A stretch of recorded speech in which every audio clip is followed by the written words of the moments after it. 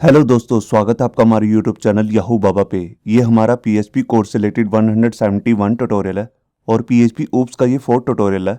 इस video course में आप सीखने वाले हैं कि पीएचपी ओप्स के अंदर असेस मॉडिफायर्स क्या होते हैं।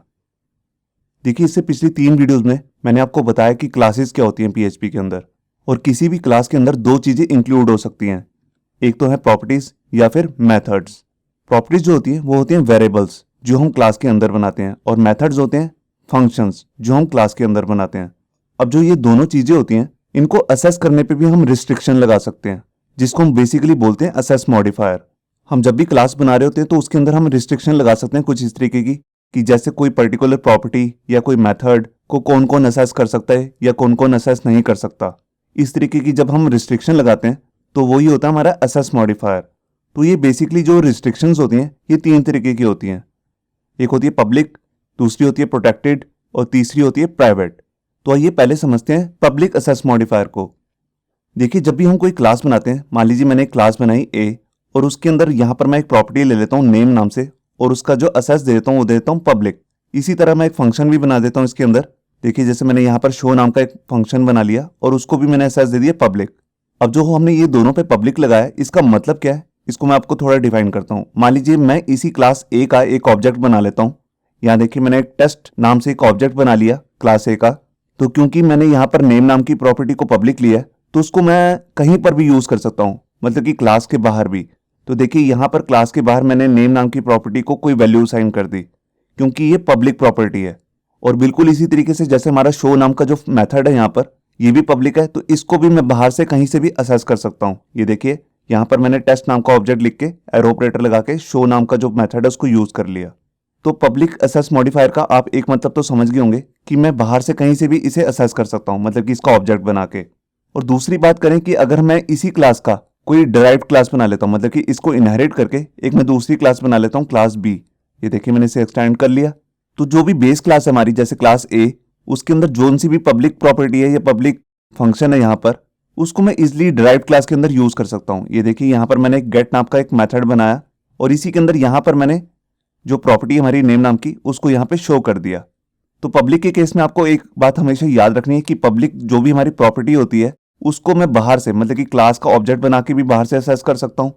उसका अगर मैंने फंक्शन बनाया वो भी पब्लिक है, तो उसको भी मैं बाहर से असेस कर सकता हूँ, मतलब कि उसका ऑब्जेक्ट बना के। और जो भी उसकी ड्राइव्ड क्लास होगी उसके अंदर भी मैं वो फंक्शंस या प्रॉपर्टीज को असेस कर सकता हूँ। अब इसके बाद बात करते हैं हम प्रोटेक्टेड की।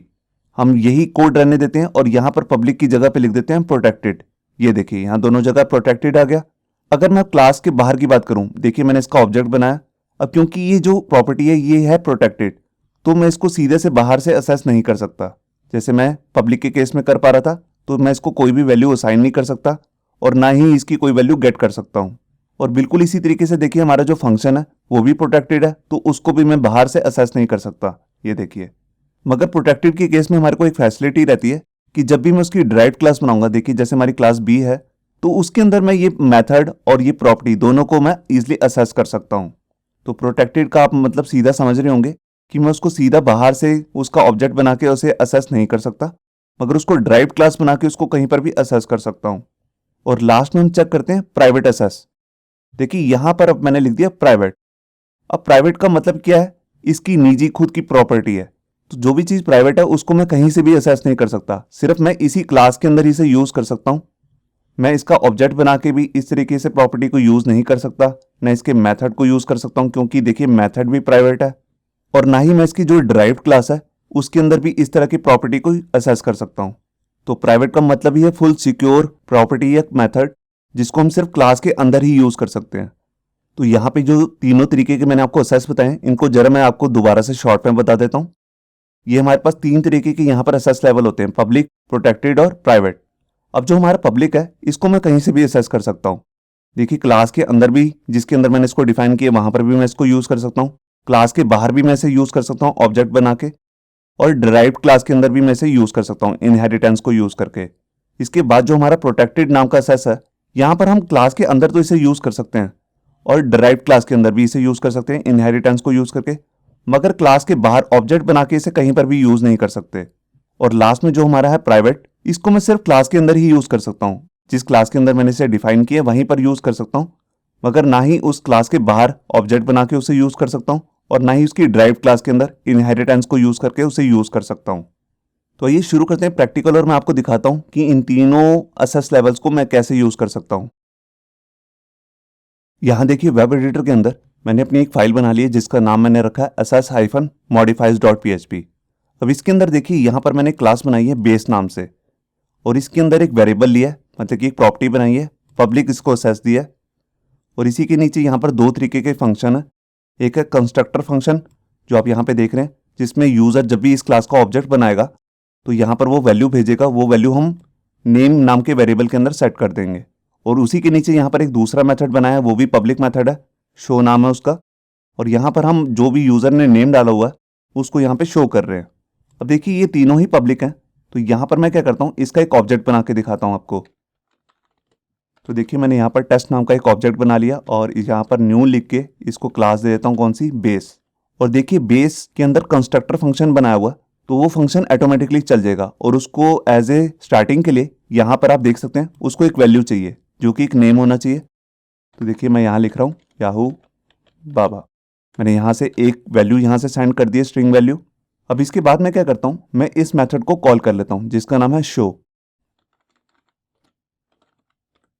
ये देखिए अब शो, क्योंकि ये पब्लिक मेथड है तो मैं इसको बाहर से भी एक्सेस कर सकता हूँ ऑब्जेक्ट बना के। तो इतना ही अभी मैं आपको ब्राउज़र में चेक कराता हूँ।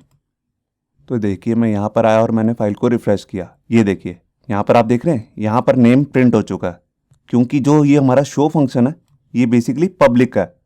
तो पब्लिकली जो भी चीज़ होती है वो कहीं से भी एक्सेस कर सकते हैं हम उसे। अब आप यहाँ पे देखिए जो हमारी ये प्रॉपर्टी है नेम नाम की, ये भी पब्लिक है। तो पब्लिक है तो मैं इसकी वैल्यू भी यहाँ से सेट कर सकता हूँ। ये देखिए इसकी वैल्यू मैं आपको सेट करके दिखाता हूँ। पहली बार जब भी ये फंक्शन रन होगा कंस्ट्रक्टर फंक्शन, तो इसको वैल्यू यहीं से हमने असाइन कर दी है। देखिए यहाँ पर हमने असाइन कर दी। अब मैं यहाँ पर एक दूसरी वैल्यू भेज देता हूँ और यहाँ पर उल्टा लिख देता हूँ बाबा याहू। तो यहाँ पर मैं क्या कर रहा हूँ, इस वाली लाइन से जो पुरानी वाली वैल्यू मैंने सेट करी थी उसको ओवरराइट कर रहा हूँ। तो ओवरराइट भी मैं तभी कर सकता हूँ अगर ये जो हमारा वेरिएबल है नेम नाम का ये पब्लिक हो। तो ऑलरेडी वो पब्लिक ही है। मैं आपको फाइल को सेव करके चेक करके दिखाता हूँ। मैं यहाँ आया और पेज को रिफ्रेश किया। ये देखिए यहाँ पर आप देख रहे हैं बाबा पहले आ गया और याहू बाद में, मतलब कि जो वैल्यू है वो ओवरराइट हो चुकी है। अब मैं यहाँ पे क्या करता हूँ, जो ये हमारी प्रॉपर्टी है नेम नाम की, इसकी यहाँ पर असेस लेवल चेंज कर देता हूँ, इसको कर देता हूँ प्रोटेक्टेड। बाकी फंक्शन जो है उन दोनों को पब्लिक ही रखता हूँ और यहाँ पर ये जो भी मैंने लाइन ओवरराइड करने के लिए की थी इसको मैं थोड़ी देर के लिए बंद कर देता हूँ। ये देखिए अभी मैं आपको इतना ही चेक कराता हूँ। मैं यहाँ गया और पेज को रिफ्रेश किया। ये देखिए यहाँ पर आप देख रहे हैं इज दी वैल्यू प्रिंट हो रही है, क्योंकि यहाँ पर मैंने फंक्शन जो रन किया है वो पब्लिक है, तो उसके अंदर हम कोई भी वैल्यू इजी प्रिंट कर सकते हैं। मगर अगर मैं यहाँ पर सीधा ही इस नेम नाम के अंदर कोई वैल्यू को ओवरराइट करने की कोशिश करूंगा तब वहाँ पर एरर आ जाएगा। एरर क्यों आएगा, क्योंकि ये जो प्रॉपर्टी है ये है प्रोटेक्टेड। तो यहाँ मैंने फाइल को सेव किया और यहाँ आकर पेज को रिफ्रेश। ये देखिए यहाँ पर आप देख रहे हैं यहाँ पर एक एरर आ रहा है, can not assess protected property name, क्योंकि मैं इसे बाहर कहीं से भी असेस नहीं कर सकता, तो इसलिए यहाँ पर ये एरर आ रहा है। आप देख रहे हैं अगर मैं इस लाइन को हटाता हूँ तो ये एरर नहीं आएगा। यहाँ मैंने फाइल को सेव किया और ये देखिए, तो जो भी प्राइवेट प्रॉपर्टी होती है उसको असेस करना अगर आपने, तो उसके लिए या तो आप कंस्ट्रक्टर फंक्शन का यूज़ कीजिए या फिर दूसरा एक फंक्शन बनाइए उसी के अंदर, मतलब कि मेथड, वहाँ से आप उस प्रॉपर्टी की वैल्यू को सेट कर सकते हैं या उसकी वैल्यू को गेट कर सकते हैं, मगर सीधे से उस प्रॉपर्टी को आप असेस नहीं कर सकते। देखिए अगर मैं यहाँ पर गया और यहाँ पर ये जो मेरा मेथड है शो नाम का, इसको भी मैं कर देता हूँ प्रोटेक्टेड। ये देखिए अब यहाँ पर ये मेथड मैंने कॉल किया हुआ है तो इसको मैं अब असेस नहीं कर सकता। यहाँ मैंने फाइल को सेव किया और ये देखिए यहाँ पर आपके सामने फिर से वैसा ही कुछ एरर आ चुका है। यहाँ पर आप देख रहे हैं uncaught error, call to protected method. वो कह रहा है एक मेथड प्रोटेक्टेड है, मैं उसको कॉल कर रहा हूँ और हम प्रोटेक्टेड मेथड को बाहर से कॉल नहीं कर सकते।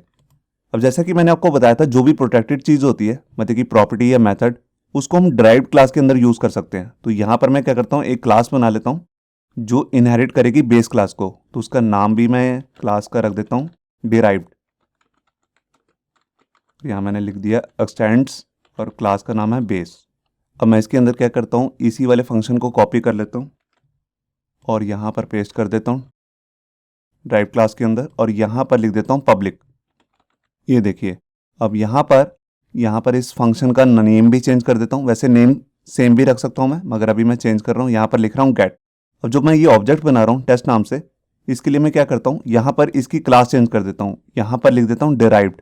तो यही नाम कॉपी करके मैं नीचे लगा देता हूँ।